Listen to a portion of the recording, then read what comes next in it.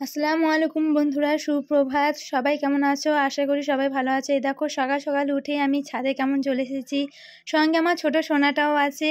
এই দেখো কেমন দুষ্টু, অমনি উঠে পড়েছে আমার সঙ্গে সঙ্গে। এই দেখো আর এইদিকে আমার মানে একটা ছোট ওকে মিনি ফ্যান দিয়েছে যাতে ও খেলা করতে পারে সকাল সকাল। এদিকে দেখো বড় মেয়েও ঘুমিয়ে আছে, উঠতে চাইছে না। ছোটটাও ঘুমিয়ে আছে। যেহেতু আজকে আমাদের একটা বিয়ে বাড়ির দাওয়াত আছে, সেই জন্য তাড়াতাড়ি উঠে একটু কাজ সারতে হবে তাড়াতাড়ি করে। এই দেখো ওদের উঠে পড়লে ওদের শীতের পোশাক পরাতে হবে। ছোটটাকে পরিয়ে দিয়েছি, তারপর দেখো এই তো একেও পরিয়ে দিয়েছি। এই দেখো আমার ছোট মেয়ে আবার লজ্জা পেয়ে আমার কোল থেকে নামতেই চাইছে না, ও কোলেতেই থাকবে, এত দুষ্টু। তারপরে ওদের ব্রেকফাস্ট রেডি করে নিয়েছি, গ্রিন টি আর বিস্কিট। এগুলোই ওরা খায়, মানে সকালে উঠে এগুলোই খায় মাস্ট, যেহেতু আমরা মধ্যবিত্ত ফ্যামিলি। আবার এই দেখো তেলে খাজা মিহিদানা এখানে বিক্রি করতে এসেছে, ওদের বায়না ধরলো ওরা কিনে দিতে হবে।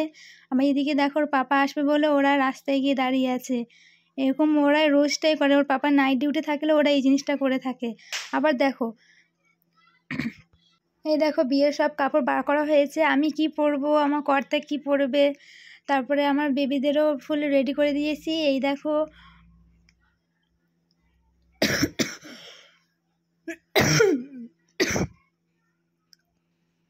শরীরটা খুবই খারাপ।